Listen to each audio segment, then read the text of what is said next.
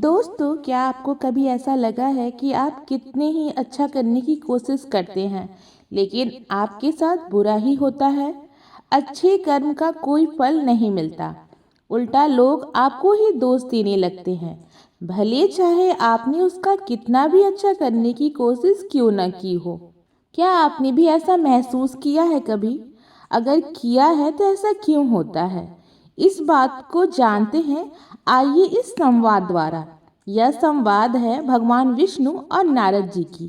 दोस्तों, एक बार भगवान विष्णु बैकुंठ लोक में बैठे हुए थे। तभी नारद जी नारायण नारायण का जाप करते हुए बैकुंठ लोक पहुंच जाते हैं। भगवान विष्णु अपने भक्त नारद जी को देखकर प्रसन्न होते हैं और कहते हैं, आज तुम अवश्य ही कोई महत्वपूर्ण समाचार लेकर आए हो। नारद जी कहते हैं, हे प्रभु, आप तो सर्वज्ञाता हैं, आपसे क्या छिपा हुआ है? आप तो सब कुछ पहले से ही जानते हैं। मैं आपको क्या समाचार दे सकता हूँ? भगवान विष्णु कहते हैं, किस प्रकार से आए हो? नारद जी कहते हैं, हे प्रभु, आप सब कुछ जानते हैं और मैं किस कारण से आया हूँ यह भी आपको पता है, लेकिन फिर भी मैं आपको बताने की चेष्टा करता हूँ। हे प्रभु, मैं आपके पास यह जानने के लिए आया हूँ कि मनुष्य अच्छे कर्म करने के बाद भी दुखी क्यों रहता है। मैं पृथ्वी लोक का भ्रमण करते करते आया हूँ और मैंने कई लोगों को देखा है जो अच्छे कर्म करने के बाद भी दुखी हो रहे हैं, किंतु आपने तो कहा है कि अच्छे कर्मों का फल अच्छा ही मिलता है, तो फिर उन लोगों को जीवन में दुख क्यों मिल रहा है? क्या अच्छे कर्म करना पाप है? नारद की बात सुनकर भगवान विष्णु मुस्कुराते हैं और कहते हैं, हे नारद, तुमने आज बहुत ही महत्वपूर्ण प्रश्न पूछा है और मैं यह भी जानता हूँ कि तुम्हारे मन में यह प्रश्न क्यों उत्पन्न हुआ है। मैं तुम्हारी इस शंका का समाधान अवश्य करूँगा। इसका उत्तर बताने से पहले मैं तुम्हें एक कथा सुनाना चाहता हूँ। इस कथा को तुम ध्यान से सुनो, तुम्हें तुम्हारी सभी प्रश्नों का उत्तर मिल जाएगा। नारद जी कहते हैं, हे प्रभु, मैं इस महान कथा को ध्यान से अवश्य सुनूंगा। मेरा यह सौभाग्य है कि आपके मुंह से यह कथा मुझे सुनने को मिल रही है।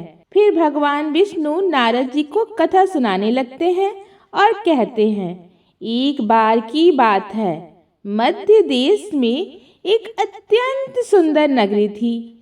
उस नगरी में एक किसान रहता था। किसान के पास बहुत सारी गाय, बैल और बहुत सारा जमीन था। किसान नित्य खेत में काम करता था और अपने परिवार का पालन पोषण करता था। उस किसान के पास किसी चीज की कोई भी कमी नहीं थी। उसके घर में धन्य धान्य सब कुछ था। उस किसान के 3 संतान भी थे, जिससे वह बहुत अधिक प्रेम करता था। किसान ने अपने संतानों के लिए बहुत सारा धन संपत्ति इकट्ठा करके रखी थी, ताकि उसकी संतानों को कभी दुख न झेलना पड़े। किसान अपने बेटे से बहुत प्रेम करता था। वह हमेशा उनका ख्याल रखता था। जो चाहिए वह अपने पुत्रों को देता था। उसने अपने संतानों को पढ़ाया लिखाया, जो चाहिए वह किया। फिर जवान होने पर उसने तीनों लड़कों का विवाह भी कर दिया। लेकिन किसान अपने बेटे को कभी भी कोई काम करने नहीं देता था।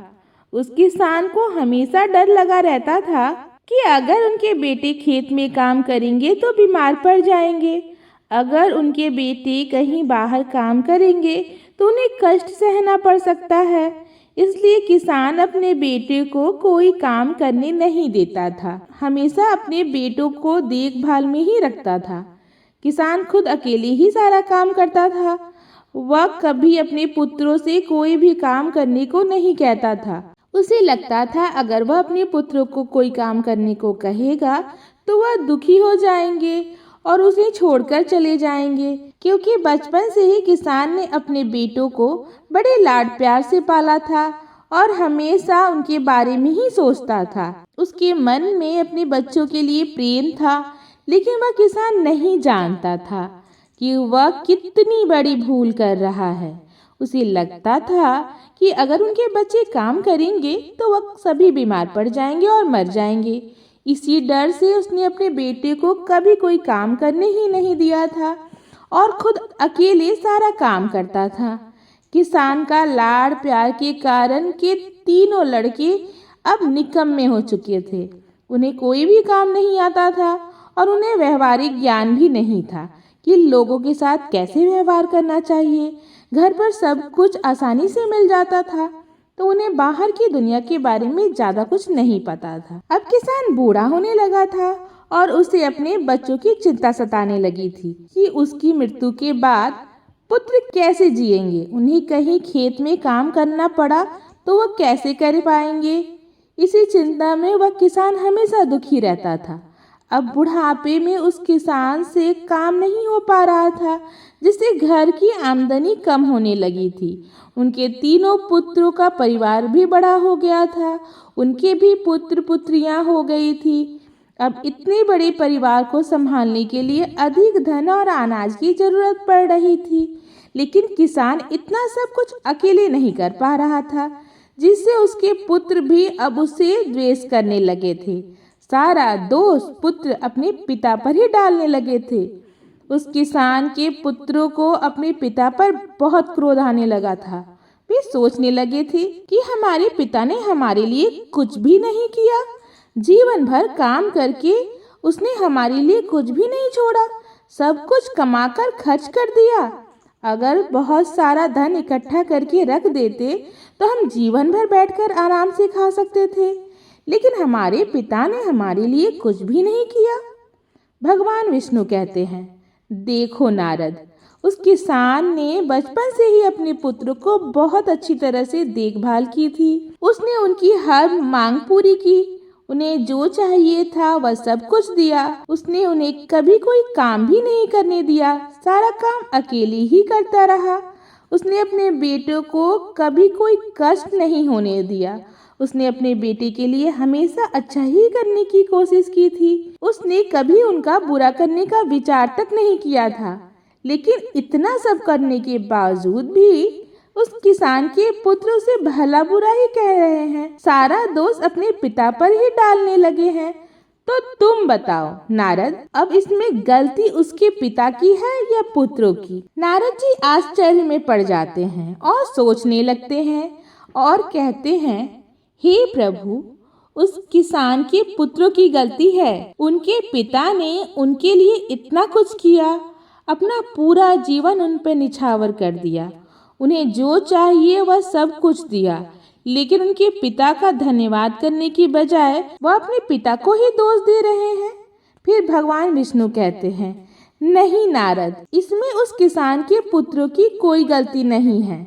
नारद जी कहते हैं, वह कैसे प्रभु? भगवान विष्णु कहते हैं, नारद, मैं तुम्हें समझाता हूँ, अब तुम ध्यान से सुनो। सभी पक्षी एक सुरक्षित घोंसला बनाकर अंडा देते हैं ताकि कोई शिकारी उन्हें खा ना सके।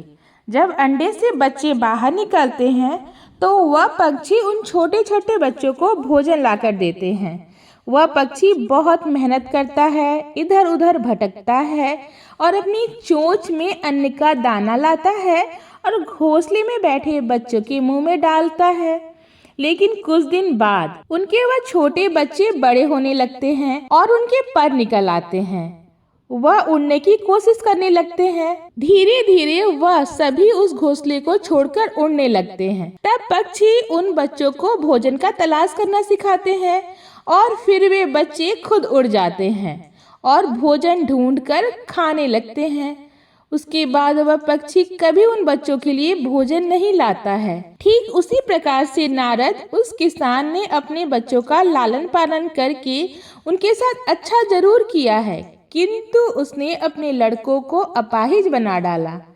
बालक का 5 वर्ष तक लालन पालन करना चाहिए, 10 वर्ष तक उनको ताड़ना चाहिए, 10 वर्ष के बाद उनके साथ मित्र की तरह व्यवहार करना चाहिए और जवान हो जाने पर उसे कार्य में लगा देना चाहिए। लेकिन उस किसान ने तो अपने बच्चों को आलसी और निकम्मा बना डाला। उसने अपने पुत्रों के साथ अच्छा करने का सोचकर उनके जीवन का विनाश कर डाला। इसमें सारा दोष तो उस किसान पर ही जाता है। भगवान विष्णु कहते हैं, हे नारद, अच्छे कर्म करना अच्छी बात है।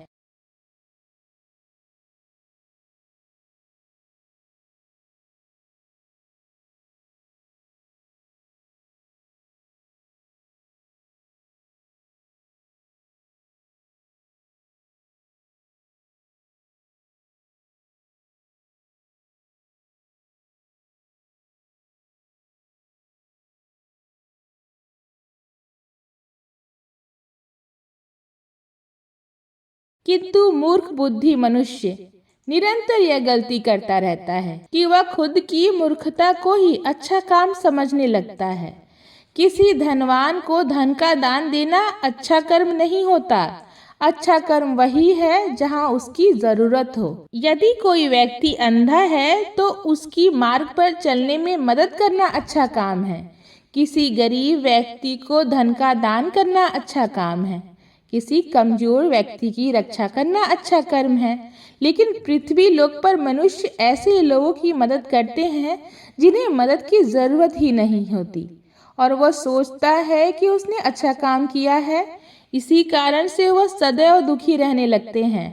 यदि उस किसान ने अपने बच्चे को बचपन से खेत में काम करना सिखाया होता तो आज उसके सभी पुत्र खेत में काम करके घर परिवार संभाल रहे होते।